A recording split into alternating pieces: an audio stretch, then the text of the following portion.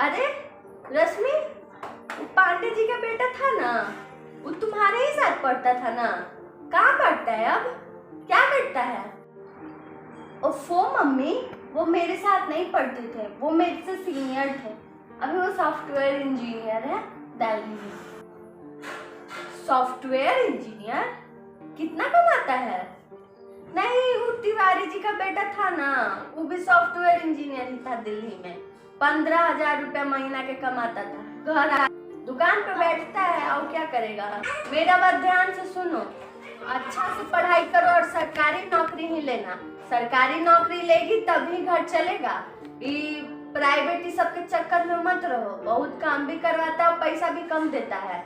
इसीलिए सरकारी नौकरी करो तो घर चलेगा। सब जैसी आप क्या दमाते।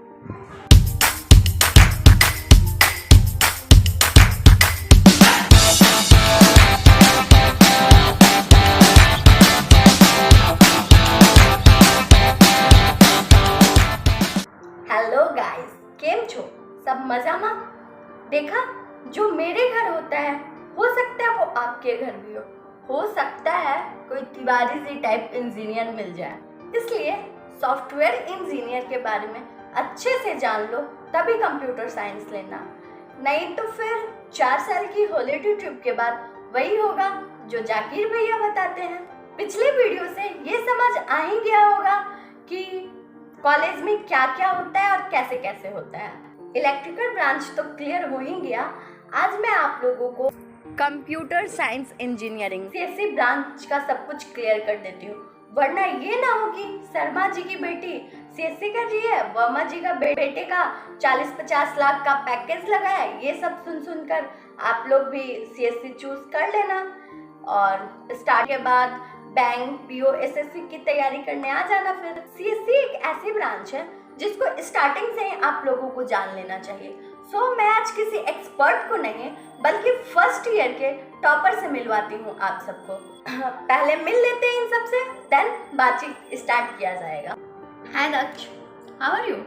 हाय रश्मि, अरे मैं ठीक हूँ। और कैसा जा रहा एग्जाम तेरा? अरे एग्जाम तो अच्छे ही गए हैं इस बार। उफ, सॉरी, मैं तो भूल ही गई, तुम लोग तो टॉपर हो। तब इस बार कितना सीजीपीए आने वाला है एग्जाम में? अरे नहीं, ऐसी कोई बात नहीं है, 7-8 सीजीपीए तो आ ही जाएगा। Okay Daksh, wait for a while, I will reach you soon. Hi Kunal, कैसन हो? हाय रश्मि, मैं बढ़िया, तुम बताओ कैसी हो? गाइस, ये है वर्मा जी। 40-50 लाख का पैकेज इन लोगों का ही लगता है, हम लोग तो बस समझ ही जाओ। एंड नाउ हेलो मिस्टर गौरव। अरे यूट्यूब वाले नहीं, ये है मिस्टर गौरव शर्मा। सब खैरियत? वेलकम रश्मि। बहुत मुस्कुरा लिए आप सब। चलिए अब हम लोग अपनी बातचीत स्टार्ट करते हैं। तो my first question Daksh for you, what is CSC? What is need of CS engineer? CSE stand for computer science engineer. और अगर हम इसकी नीड की बात करें तो हम इस टाइम पे इंटरव्यू नहीं दे पाते अगर कंप्यूटर साइंस इंजीनियर ना होता, और हम ऑनलाइन डिजिटल कोई भी वर्क नहीं कर पाते। लाइक हम फोन पे यूज करते हैं, गूगल पे यूज करते हैं, पेटीएम यूज करते हैं, ऑनलाइन बैंकिंग ट्रांसफर करते हैं, वो तो सिर्फ एक कंप्यूटर साइंस इंजीनियर की वजह से है। हम कोई भी ऑनलाइन चीजें यूज करते हैं उसकी वजह एक ही है, उसके पीछे का बैक एंड जो है वो कंप्यूटर साइंस इंजीनियर। अगर वो चीजें कंप्यूटर साइंस इंजीनियर संभालता है तो हम ये चीजें यूज कर पाते हैं। ना कुणाल, फॉर यू, सीएस में हम लोग सुनते हैं कोडिंग ही होता है बस। फैक्ट क्या है? कोडिंग के अलावा सीएससी में और क्या क्या पढ़ना होता है?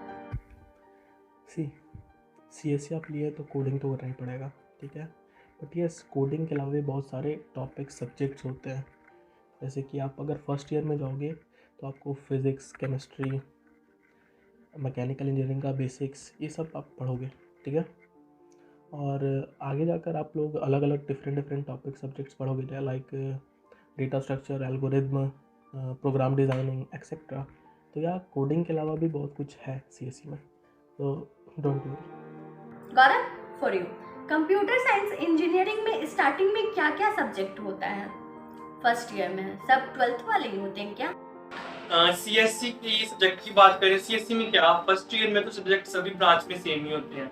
लाइक फर्स्ट हमें सब्जेक्ट पढ़ाए गए थे FCPIT, element of mechanical engineering, engineering physics, engineering mathematics, communicative English. Engineering drawing का एक सब्जेक्ट था, उसमें सिर्फ थ्योरी नहीं थी, सिर्फ प्रैक्टिकल ही था। सेकंड सेम की बात करें, सेकंड सेम में हमें सब्जेक्ट थे BEEE, engineering physics, communicative English 2, engineering physics 2, human value और एक था मैन्युफैक्चरिंग प्रैक्टिस, जिसको हम बेसिकली वर्कशॉप ही कहते थे। My second question, Daksh, for you. What is need of mathematics in CSC branch? अगर हम मैथमेटिक्स की नीड की बात करें CSC ब्रांच के अंदर, तो इसके बिना हम लॉजिक्स नहीं लगा सकते, प्रॉब्लम नहीं सॉल्व कर सकते, कोई भी एनालिटिक्स नहीं सॉल्व कर सकते। इट्स जस्ट लाइक कि हमने ABC तो सीख लिया है, लेकिन हमें अब वर्ड्स नहीं बनाने आ रहे। Kunal, for you. तुम तो मैथ्स में जीनियस हो, फिर CSC में इसका क्या क्या बेनिफिट मिला अभी तक? Like in CSC, you have to solve many codes, problems. So for that, you need to be a good analytical thinker.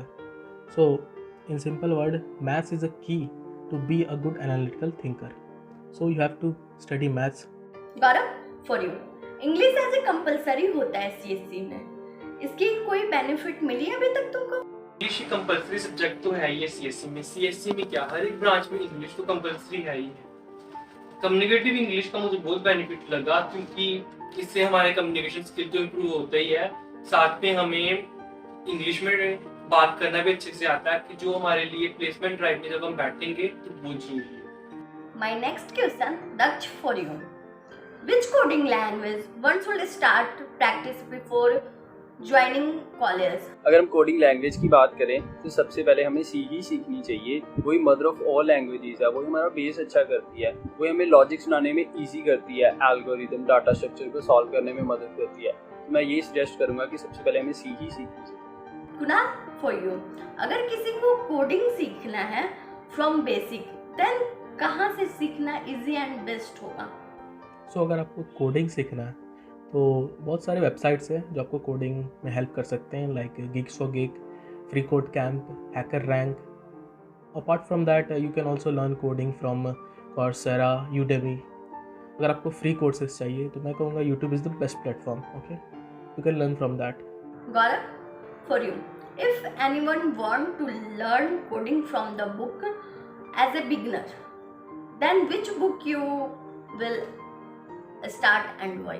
Book prefer करनी हो तो मैं फर्स्ट ईयर में, अभी तक तो मैंने सिर्फ C लैंग्वेज ही पढ़ी है, तो C लैंग्वेज के लिए मैं बुक प्रेफर करना चाहूँगा learn programming in C by Anshuman Khurana. ये बुक बहुत अच्छी है, मैंने खुद इस बुक से स्टडी किया है, इसमें कंसेप्ट बहुत अच्छे से क्लियर किए गए हैं। जब हम इस बुक को पढ़ने के बाद एक और बुक है जिसका नाम है एक्सप्लोर द सी, वो बुक बहुत अच्छी है प्लेसमेंट के रिलेटेड क्वेश्चन सॉल्व करने के लिए। My next question, Daksh, for you. We often used to listen that internship is very important in BTech and especially in CSC branch. What do you think? Internship BTech CSC के अंदर बहुत ही important होती है।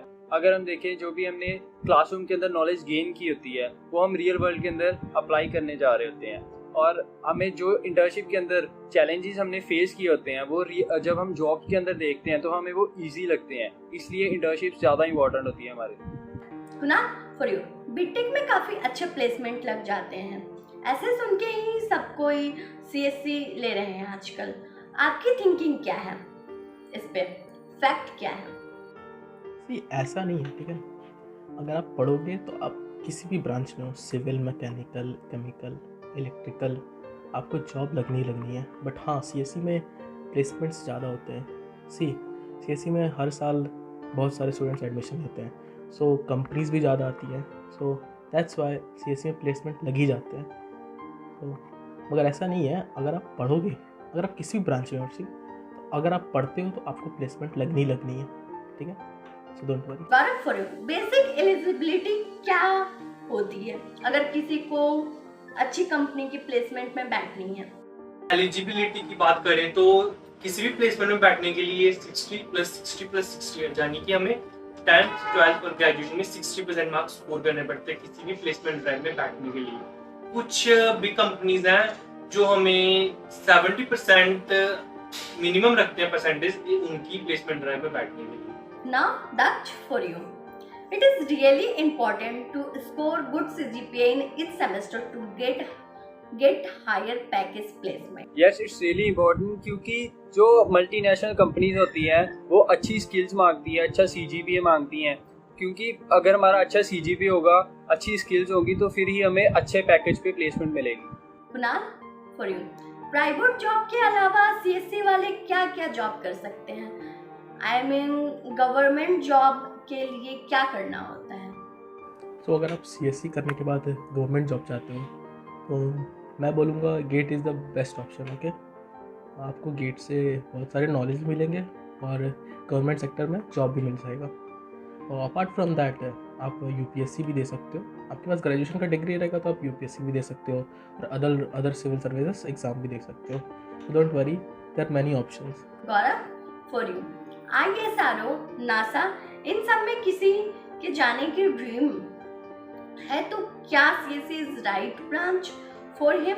ISRO NASA को join करने के लिए branch की जाए तो कंप्यूटर साइंस एक अच्छी ब्रांच हो सकती है, लेकिन इससे अच्छा कि हम एरोस्पेस इंजीनियरिंग को चूज करें, क्योंकि वो इसी से रिलेटेड है। इसी से रिलेटेड हमें कंसेप्ट पढ़ाए जाएंगे जो हमारे लिए आगे नासा और इसरो को ज्वाइन करने के लिए बहुत हेल्पफुल होगी। My next question, that's for you, which are the major subject of CSC branch?